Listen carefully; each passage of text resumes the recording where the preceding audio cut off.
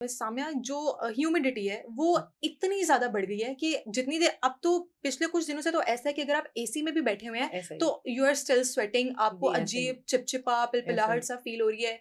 बाहर निकल जाए तो बाहर तो ऐसा लगता है कि आपको सांस लेना भी हुँ, मुश्किल हुँ, हो हुँ। गया है, लोगों में उसकी वजह से साइनस बहुत ज़्यादा हो गया है, सांस लेना लोगों से ऐसा बहुत ही है, मुश्किल हो गया है। तो ये भी सेम फैक्टर्स हैं जिसकी बिल्कुल ऐसा वजह है। से चेंज हो रहा है। आपने बहुत अच्छी बात की। हम पंजाब में हैं जहाँ पे humidity level as compare to sea side, जैसे अगर हम सिंध की हम्म। तरफ जाएँ चले जाएं। या कराची में आपने एक चीज़ फ़ेस की होगी कि वहाँ पे ह्यूमिडिटी बहुत ज़्यादा होती है हम्म। क्योंकि समंदर के करीब होने की वजह से। हम्म।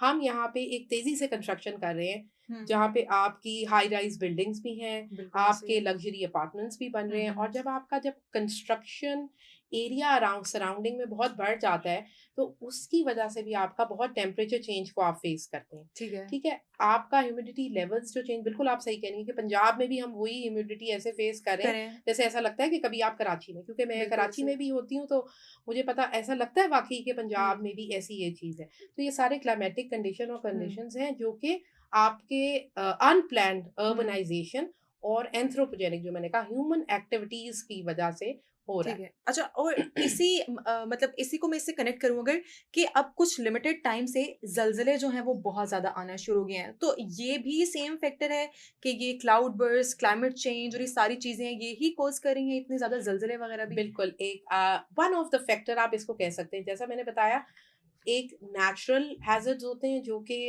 अल्लाह पाक की तरफ से है, ज़लज़ले हुँ, भी आने ही हैं।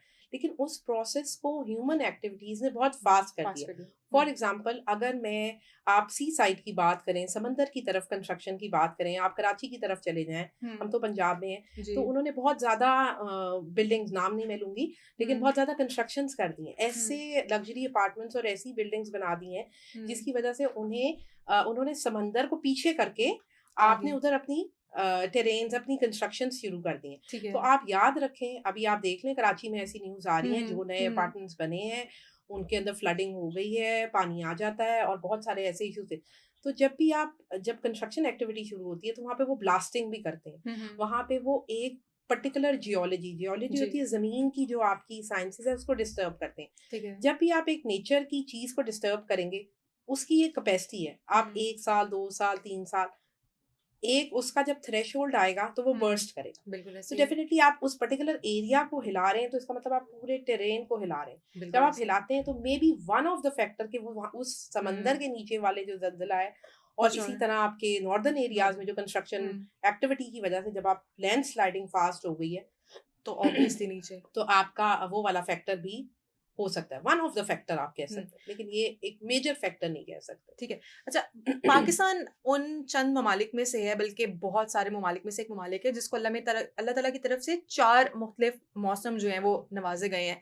लेकिन अब जब से हम बड़े हुए हैं, हम तो मुझे लग रहा है कि सिर्फ़ गर्मी ही देख रहे हैं। बिल्कुल ऐसा है। हम गर्मी के कपड़े निकालते हैं और अभी हुँ, हम सँभाल रहे होते हैं, देन वापस गर्मी आ हुँ, जाती है। सर्दी का पता भी नहीं चलता। हुँ, बहुत लिमिटेड टाइम के लिए 1 या 2 हफ़्ते के लिए बहुत एक्सट्रीम सर्दी होती है, उसके बाद मौसम चेंज हो जाता है। हुँ। तो ये सारी फैक्टर्स जो हैं, ये भी इस ग्लोबल वार्मिंग और बिल्कुल, क्लाइमेट चेंज बिल्कुल की वज़ह से। बिल्कुल आपने दुरुस्त कहा कि जब हमारा बचपन था, मुझे आई रिमेंबर कि मैं अक्टूबर में हमारा विंटर यूनिफ़ॉर्म जो था हमारा, वो चेंज हम हो उसको जाता था। इम्प्लीमेंट कर लेते थे। हुँ। तो अब नवंबर, दिसंबर तक भी आपको स्वेटर्स और उनकी वो नहीं होती, हुँ, क्योंकि हुँ। ओवरऑल जो हुँ, ग्लोबल क्लाइमेट चेंज है और हुँ, ख़ास तौर पे global warming, extreme weather condition, हुँ, जिसमें आपका जो समर्स हैं वो प्रोलॉन्ग हो गए हैं ठीक है। और एक्सट्रीम हो गए हैं। हुँ, सर्दियों का ड्यूरेशन कम हो गया है, लेकिन एक्सट्रीम हो गया है। हुँ, जब आपकी सर्दी पड़ती है, उसमें हफ्ता 10 दिन ऐसे होते हैं जो बहुत एक्सट्रीम वेदर होते हैं, हुँ, और उसमें आपको पता चलता है कि बहुत, लेकिन वो ज़्यादा, एकदम वो इतना प्रोलॉन्ग नहीं होता। ठीक है। तो ये सारी आपकी ह्यूमन एक्टिविटीज़, क्योंकि जब भी आप ह्यूमन एक्टिविटीज़ में, आपकी इंडस्ट्रीज़ हैं, हुँ, आपकी एक्टिविटीज़, ये कंस्ट्रक्शन एक्टिविटीज़ हैं, ठीक ये है। सब जो हैं ये आपके ऊपर इम्पैक्ट करती हैं, और सबसे ज़्यादा आपके वेदर और पैटर्न हुँ, को जो डिस्टर्ब करता है, वो ट्री कटिंग करती है। बिल्कुल तो ऐसे ही है। हम ये समझते हैं कि दरख्त लगाना जो हमारी शजरकारी मुहिम है, हुँ, ये शायद हुँ, इतनी हुँ, इम्पोर्टेंट नहीं है, लेकिन ये बहुत इम्पोर्टेंट है, क्योंकि किसी कंट्री की ग्रोथ में और उसकी डेवलपमेंट में 25% ऑफ दैट कंट्री, उसका फॉरेस्ट कवर होना चाहिए। और हमारा ठीक है। फॉरेस्ट कवर तो हम जब पहले पढ़ते थे 5-6% था, और अब तो officially I think it's not more than 3-4, या वो आई ठीक डोंट है। नो लेटेस्ट, लेकिन हुँ, ये कि 4-5% से ज़्यादा नहीं है। ठीक है, ऑल्दो एक्टिविटीज़ हो रही होती हैं, लेकिन ये इनसफिशिएंट एक्टिविटीज़ हैं जो ठीक है। हम प्लांटेशन को लेके कर रहे हैं। ठीक है, इनसफिशिएंट एक्टिविटीज़ के बारे में आपने बात की और क्योंकि आप एनवायरमेंटल एक्सपर्ट हैं, तो पाकिस्तान में इसको बिकॉज़ ये इतनी तेज़ी से बढ़ रहा है, अगर हम अभी इसकी रोकथाम नहीं करेंगे तो प्रोबेबली हमारी जो आने वाली जनरेशंस हैं, उनको शायद साँस लेने का मौका ही नहीं बहुत। मिलेगा और अभी हुँ। भी मैंने देखा है इतने ज़्यादा लोगों को इतनी बीमारियाँ हो रही हैं कि वो ऑक्सीजन और वो जो बिल्कुल स्प्रेज़ हैं ऐसा है, वो यूज़ स्प्रेज़ कर यूज़ रहे हैं, तो करते हैं। क्या काम किए जा रहे हैं पाकिस्तान में? कैसे इसको बेहतर बनाने के लिए कोशिशें की जा रही हैं? फॉर्च्यूनेटली एक अच्छी बात ये है कि Pakistan is one of those countries जिनके पास एनवायरनमेंट का लॉ मौजूद है, ठीक है। जो कि हमारा 1997 में आया था। बहुत सारे डेवलप्ड नेशंस उनके पास भी है, लेकिन आप उसकी इम्प्लीमेंटेशन को वीक कह लें, हुँ, हुँ। लेकिन हमारे पास लॉ मौजूद है। एक ठीक मतलब है, ऐसी लीगल बाइंडिंग है जिसमें हम लोगों को पकड़ सकते हैं ठीक कि है। आपने पोल्यूशन नहीं करनी, आपने ये नहीं करना के हमारे लिए। पाकिस्तान में क्या किया जा रहा है इसको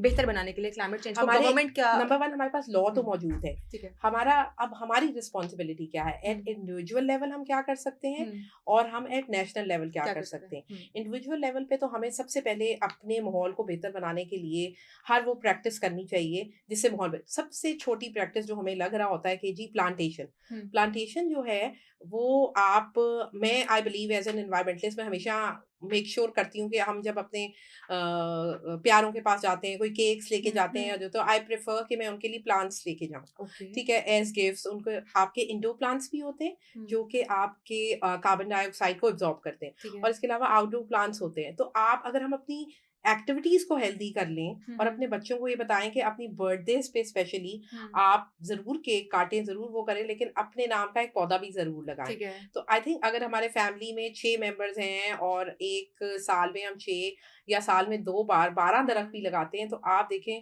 12 मल्टीप्लाई बाय आप उसके लाइफ से उसे मल्टीप्लाई करें, तो वो कितने दरख्त माशाल्लाह बन एक जाते हैं। कंट्रीब्यूशन होगा। तो आई थिंक ये ऐसी हेल्दी एक्टिविटीज़ स्पेशली ये समर कैंप्स में हुँ, और ऐसी एक्टिविटीज़ बच्चों को ज़रूर करवानी चाहिए। ठीक है, स्कूल यूनिवर्सिटीज़ में भी होती हैं, लेकिन हमें अपने घरों में भी इसको प्रैक्टिस करना चाहिए। ठीक है, सेकंड ये कि हम नेशनल लेवल के ऊपर क्या कर कर सकते सकते हैं। हैं और हमारी गवर्नमेंट क्या कर सकती है।